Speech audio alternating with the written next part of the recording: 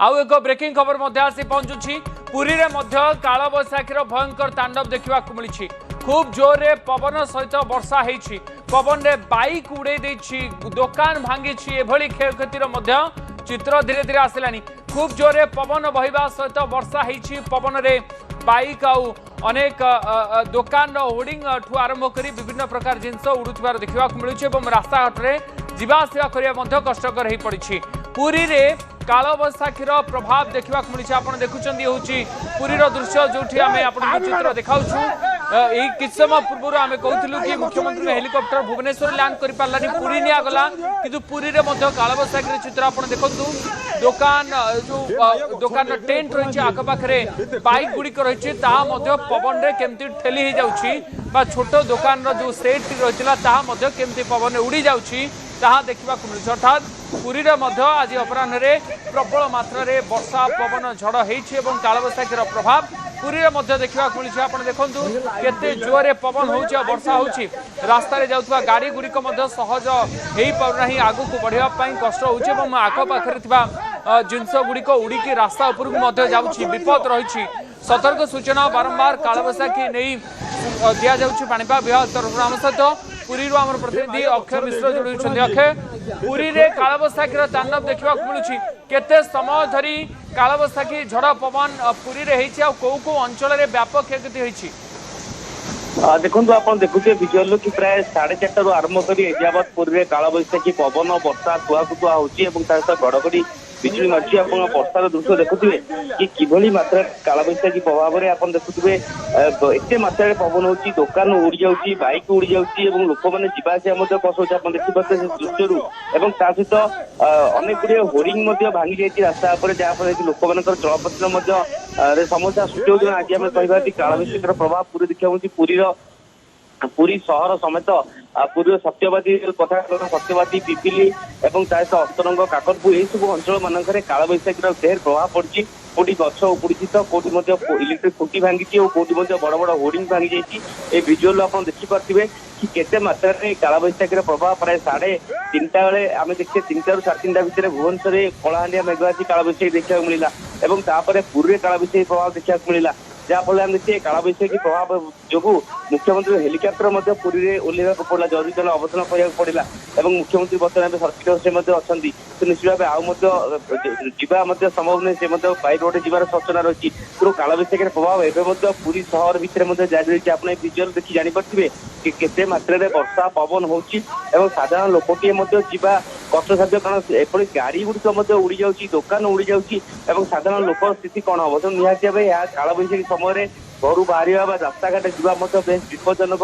कौटना कौटी के मृत्यु जगी काल बैशाखी को लेकर निश्चित भाव कौन अघटन न आम आशंका करवा। निहाती भाव देखा पुरी एजावत जदि कह काल बैशाखीर प्रभाव देखा मिलूँ और एवं भी वर्षा पवन घड़घड़ी बिजुली मारुची और वर्षा सहित लोक मैंने घर जो अच्छे से जगह रही घर बाहरी पाना प्राय जदि कह 4:30 यही स्थिति पूर्व देखा मिलनी। जहाँफल काल बैशाखीर प्रभाव एभली एक लोक को गोटे प्रकार बांधि रही घर भितर विभिन्न जगह और तार दृश्य देखा मिलूँ पूर्व। ये जो दृश्य दर्शक मैंने देखुं ये गोटे ठेला गाड़ी जो रास्ता कड़े ठेला गाड़ी रही पाखरे बाइक गुड़िक रही किंतु पवन वर्षा धीरे धीरे बढ़ुची आ काल बैशाखीर वर्षार प्रभाव पवन एते जोरे बढ़ुची कि ये ठेला गाड़ी उड़े नौ आखपाखर बाइक गुड़िक उड़ी जाऊँगी। पर्टिकुलर ये दृश्य पुरी आसूची। अक्षय एभली आउ को स्थान में काल बैशाखीर प्रभाव रही आप कहते एबे भी वर्षा पवन होउची?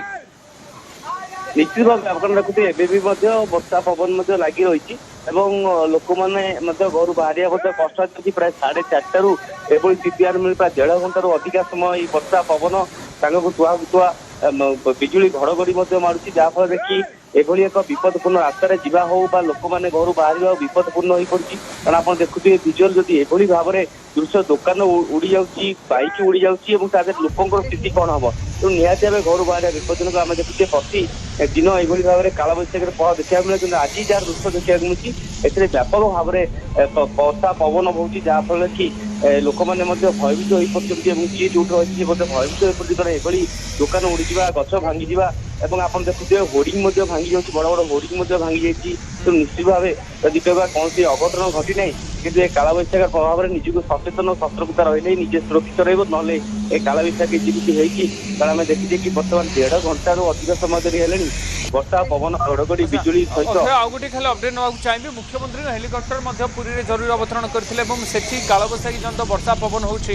ଆଉ କିଛି ଅପଡେଟ୍ ମଧ୍ୟ ମିଳିପାରିଛି କି ହେଲିକପ୍ଟର ସେଠୁ କେବେ ଭୁବନେଶ୍ୱରକୁ ଆସିବ ବା ସେଠୁ କେବେ ପୁଣି ଥରେ ଉଡ଼ାଣ ଭରିବ? ଦେଖନ୍ତୁ, ଯାହା ଆମେ ସୂଚନା ନଉଥିଲୁ କି ପ୍ରାୟ 5:30 ସମୟରେ ଯେହେତୁ ଟିକେ ବର୍ଷା ସମୟରେ ମଧ୍ୟ ଗାଡି 2ଟି ଗାଡି ପହଞ୍ଚିଥିଲା ସମଙ୍ଗ ହେଲିପ୍ୟାଡ ପାର୍କିଂ ରେ ଏବଂ ସେଠୁ ମୁଖ୍ୟମନ୍ତ୍ରୀ ଗାଡିରେ ସିଧାସଳଖ ହେଲିକପ୍ଟରରୁ ବାହାରିକିରି ପୁରୀ ସର୍କିଟ ହାଉସରେ ରହିଛନ୍ତି। ସାଙ୍ଗରେ ମଧ୍ୟ ସ୍ୱାସ୍ଥ୍ୟମନ୍ତ୍ରୀ ମୁକେଶ ମାହାଲି ମଧ୍ୟ ଅଛନ୍ତି ଏବଂ ସୁରକ୍ଷା କର୍ମୀମାନେ ଅଛନ୍ତି।